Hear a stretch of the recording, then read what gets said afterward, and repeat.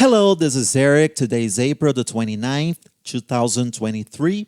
And in this video, we will once again talk about the military dictatorship in Brazil, now covering the Médici government and the so-called Brazilian miracle, right?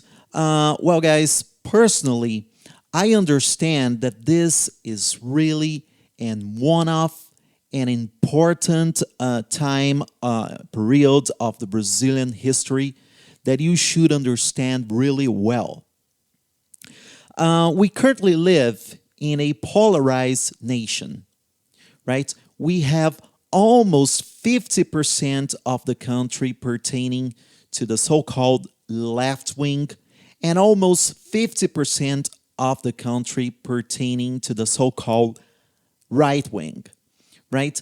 And with the breakthrough of the internet, it is very easy nowadays, to foster your points of view, your political ideology. And many people here, they watch these videos on YouTube and on the internet in general, and they are easily influenced by people, especially those who lived in the days of the military dictatorship in Brazil. They're easily influenced, by these videos and by these texts that support, the military regime in Brazil.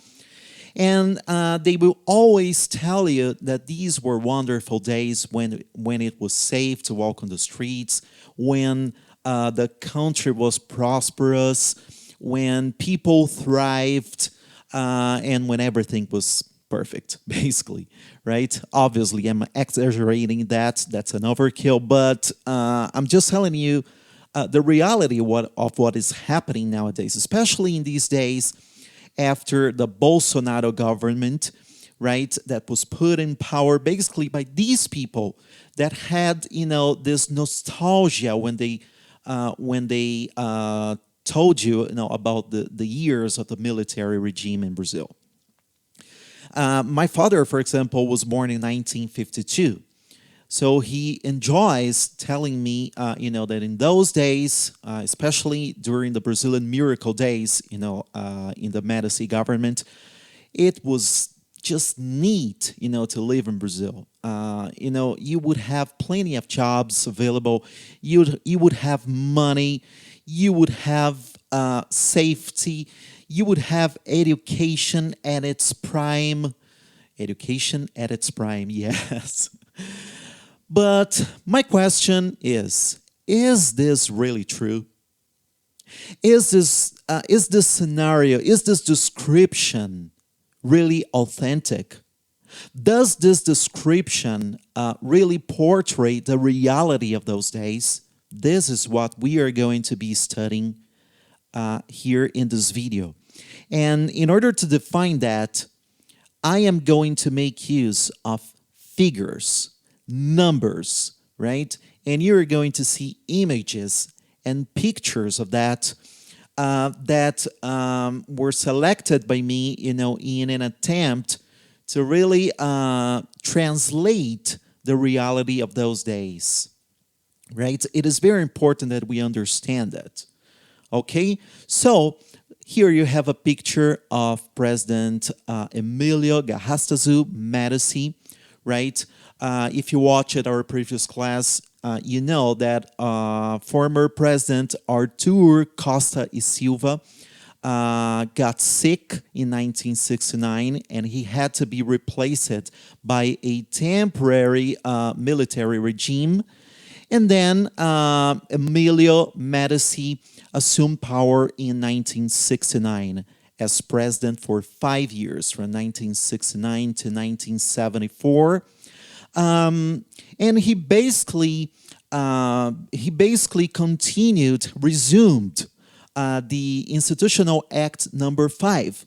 So he will implement in Brazil the continuation of an extremely violent and dictatorial regime, right? This is what we are going to see here. These are also called the leaden years, right? It was the height of repression. But you might be wondering, Eric, if that was really a repressive period of Brazil, how was it possible? Did the people in Brazil not complain about that? And it was kind of interesting, that at the time, and still nowadays, as I've just told you, many people supported, the regime, the government Médici, right? They supported and they liked it, but was it everyone in Brazil that supported it, that enjoyed those days? Well, not really. We had plenty of censorship going on in Brazil. So songs, artists, bands, singers were censored, right? They were even in some cases invited to get out of the country. They were arrested. Many were tortured, right? We know about that nowadays. We have numbers, we have reports affirming and attesting that. And this alone can be used, to really declare that this time of Brazil was a dark period, right? Even if the military were perfect and they did great things in terms of economy, for example, in terms of education, the fact that many were tortured and even murdered, and the fact that many could not freely express what they thought, this is something that allows me to tell you that this was a dark period of the history of Brazil, right? Many people disappeared, right?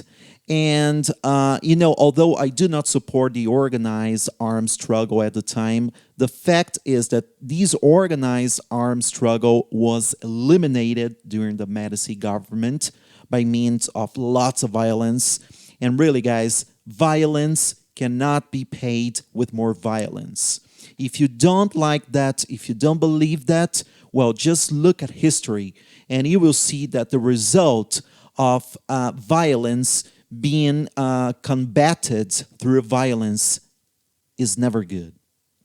The result of violence is never, ever good, right?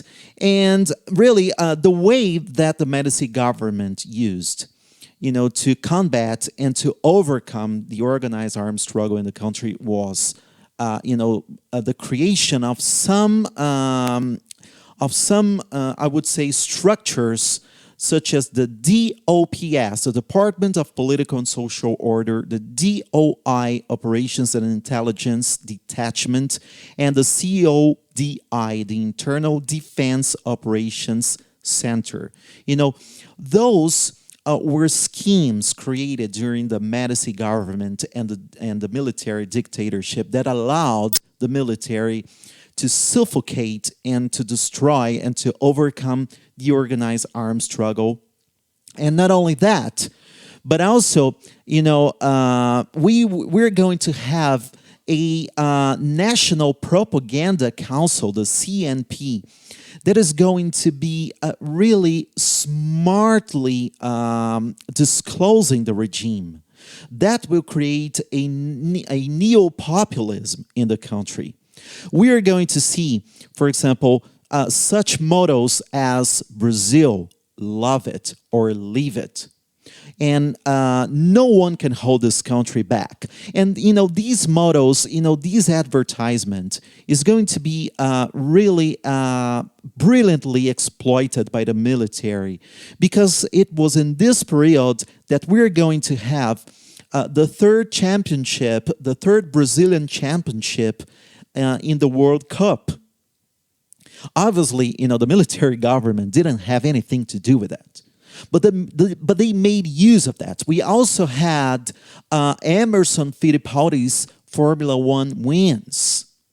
And we are going to have many other successful sportsmen, that are going to be used, cleverly used by the military to try to raise among the population this Brazilian feeling attached to the military regime. Trying to say that, the regime was supporting and was behind, all those, great things happening in the world of sports. But the fact is that, as I said, the military did not have anything to do with that. The Brazilian soccer team was brilliant because they were brilliant. That's the reason why they became, three times world champion in 1970 in Mexico, right? And Emerson Fittipaldi, he did not become two times champion in Formula One because the military were supporting him. No, it was really his own trajectory in the sport. Sorry, right? So anyway, here you have, the ads at the time. Here it says, "The cup is ours. Ahead, Brazil. Brazil, love it or leave it. Brazil, love it or leave it." And here in this medal, you have the sentence, "No one can hold this country back," right? So you see that this, this euphemism, it is brilliantly used by the regime, to support the idea that it was because of the military that all those things were being achieved, and the military were offering, the citizens, the Brazilian citizens, a great country for them to live in. And in some cases, another picture here, in some cases, people were going to say that, the country was really thriving. But was the country thriving for everyone? I mean, was it everyone that could really look at their lives and their reality and say that they were really living in a nice country, a country that cared about them? No, that was not the case. Right here, have Emerson Fittipaldi, as I said. Really, the military, they were focused on the National Economic Development Plan. Really, the military were focusing on the National Economic Development Plan. And the objectives regarding this plan were the growth of the industry of agriculture and science. Agriculture, not because they were interested in the agrarian reform that the country was desperately in need of, no. But they wanted an agriculture that could really boost the country. And also they wanted the industry and the science to boost the economy. They craved to transform Brazil into a superpower, but not to benefit all. But to benefit those that were already wealthy in the country. And they also longed to make sure that Brazil was side by side with the United States. It was in the name of a so-called democracy and the Brazilian values that should be protected, that they put away from power President João Goulart, President Jango, saying that he intended to create here a communist country. But as we observed in our previous classes, that was not the case. President Jango was not a communist, but he did want to establish in the country, basis reforms that needed to be implemented, right? And so the military, what are they going to do? They are going to associate with external capital. That is, they are going to acquire many international loans. That was a time, from 1969 to 1974, the world had plenty of capital in the international market available for growing countries such as Brazil that wanted to become superpowers. So Brazil, the military, are going to acquire lots of loans, and obviously, when you have lots of money acquired through loans, you have credit expansion inside the country. And the GDP during these years is going to be stratospheric. It is going to reach even up to 14% per year, something that we never ever imagined to achieve. And that is going to allow the regime to say, look at what we are doing. You have plenty of money here, right? And because of that, many people are going to see what they enjoy it saying that what they enjoy it calling the Brazilian economic miracle. And really, they could say that because there was plenty of money going on here in Brazil. There was plenty of foreign capital going on here in Brazil. The finance minister at the time, Delfim Neto, he used to say that we first needed to make sure that the cake would rise, would increase, and then we would share this cake with everyone equally. But was that the case? No, that did not happen.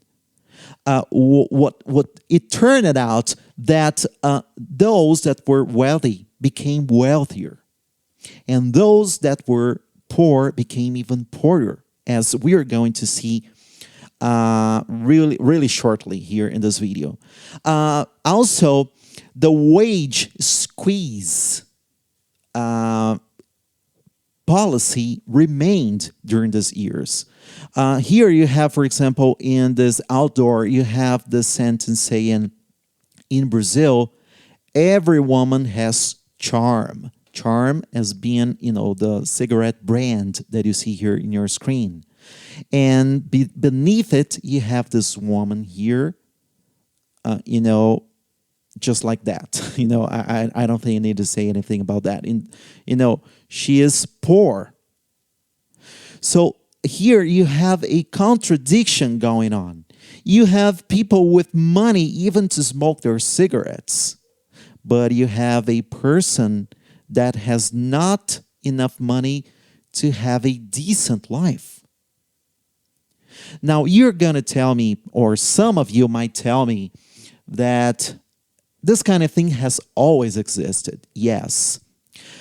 But it has never existed in these proportions as we could see during the military dictatorship days.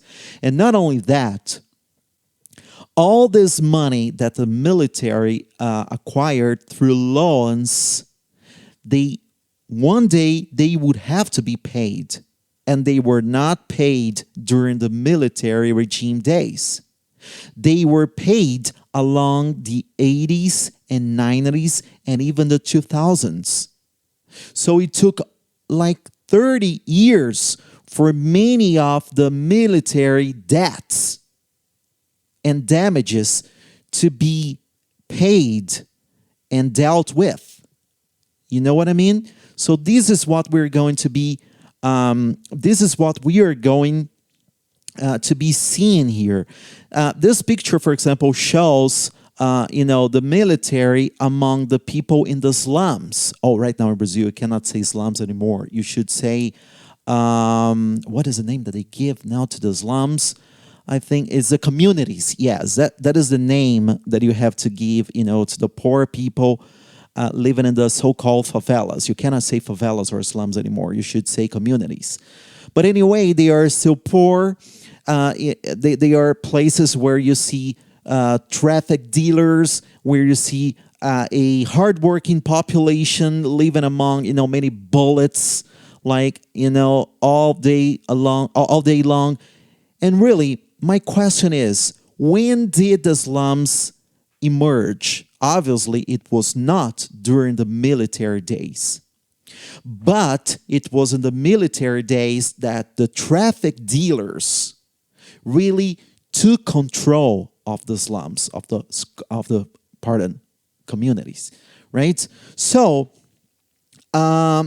this idea, that Brazil was the safest place to live in the world during the military regime, it is really nonsense, guys. Okay, really, the slums or the communities, they existed much before the military regime, but there are some things we must take into consideration. First, around 1970, there were around 90,000 million people. No, sorry, 90 million people. Sorry, in around 1970, there were around 90 million people in Brazil, compared to 210 million people living in Brazil nowadays. So it is impossible to compare, this time of Brazil with the current times we're living in, right? And also, I have a few numbers for you. So how can we compare these levels of violence? First, historian José Murilo de Carvalho writes that it was precisely during this period that many slums, especially in the cities such as Rio de Janeiro, began to be occupied by drug traffickers, drug dealers, due to the absence of public safety. During this period, the expansion of drug trafficking and the emergence of organized crime increased urban violence. But why didn't people know that at the time? Because the regime was really about censoring, the press, censoring scholars, and censoring anyone who tried to point the regime's flaws. This is important to say. Also, the ease of obtaining firearms, guns, coupled with the introduction of trafficking and the war on drugs in Brazil, has caused the murder rate to rise rapidly in the country's main cities. And the hardening of the regime has had no effect in terms of reducing violence. On the contrary, the increase of the apparatus to combat urban crime was a response to the increase in crime. With the emergence of the so-called death squads in an attempt to respond to the population's request for more safety, it created a culture of violence that remains to this day. So we have here plenty of numbers, just for you to have an idea. A symptomatic case of that is the city of São Paulo, the largest city in Brazil. According to a survey conducted by the newspaper O Estado de São Paulo in 2012, until the early 1960s, the murder rate in the city rarely exceeded 5 per 100,000 inhabitants. By 1985, which is when the military regime ended, at the end, that is, the end of the dictatorship, those numbers had risen to 36.9. I'm going to tell it again. In the early 1960s, that was before the military took power, the homicide rate rarely exceeded 5 per 100,000 inhabitants. And by the end of the dictatorship in Brazil, these numbers had risen to 36.9.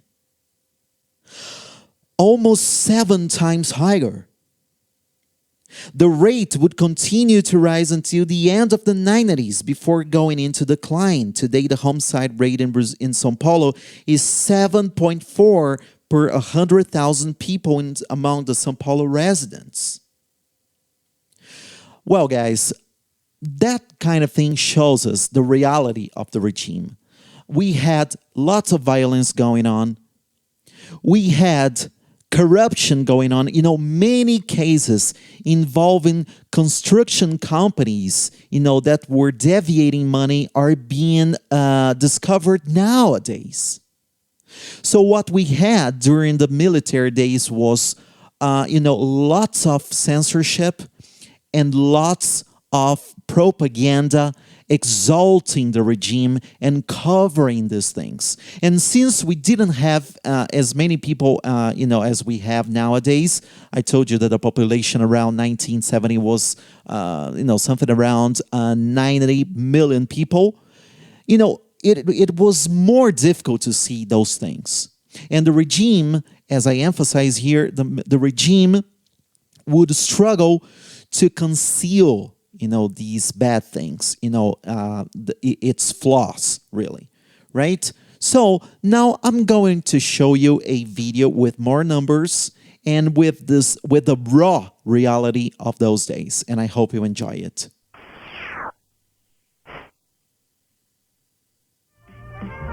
A economia do Brasil nunca cresceu tanto quanto de 1969 até 1973. Foi uma média de 10% ao ano. Mas foi um crescimento com um endereço certo. Ficou muito famosa a frase do então ministro da Fazenda, Delfim Neto. Ele disse: é necessário primeiro fazer o bolo crescer, para depois repartir. Aqueles que não creem no Brasil deveriam fazer uma visita como esta para compreenderem que, a despeito do que se fala, o Brasil continua a progredir e progredirá rapidamente. O bolo nunca foi repartido. Quer uma prova disso? Durante a ditadura, quem era pobre no Brasil ficou ainda mais pobre, e quem era rico ficou mais rico. Em 1964, quando os militares tomaram o poder, o 1% mais rico da população detinha 20% de toda a riqueza do país. Aí, em 85, quando a ditadura acabou, esse número passou para os 30%. Uma concentração de renda nunca antes vista no país.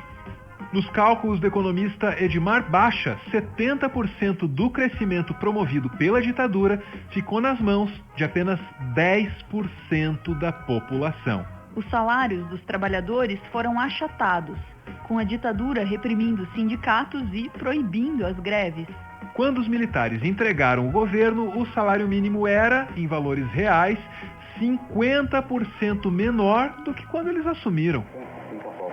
Metalúrgico, eu não sei nem explicar como que é, sabe? Porque do jeito que eu trabalho, era para ganhar mais ou menos, né?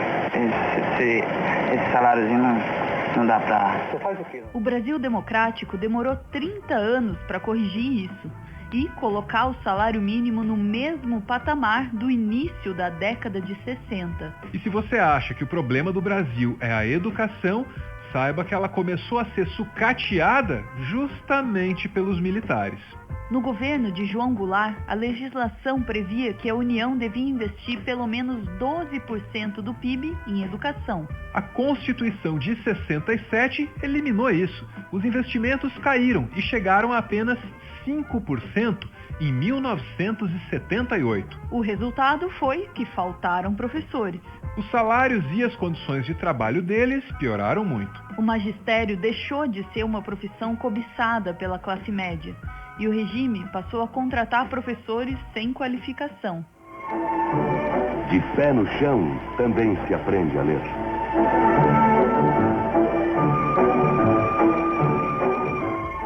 Os militares promoveram o milagre econômico às custas das classes mais baixas.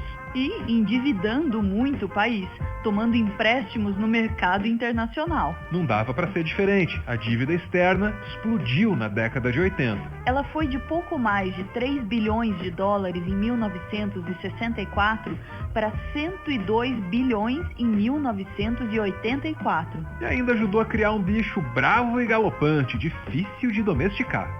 A hiperinflação.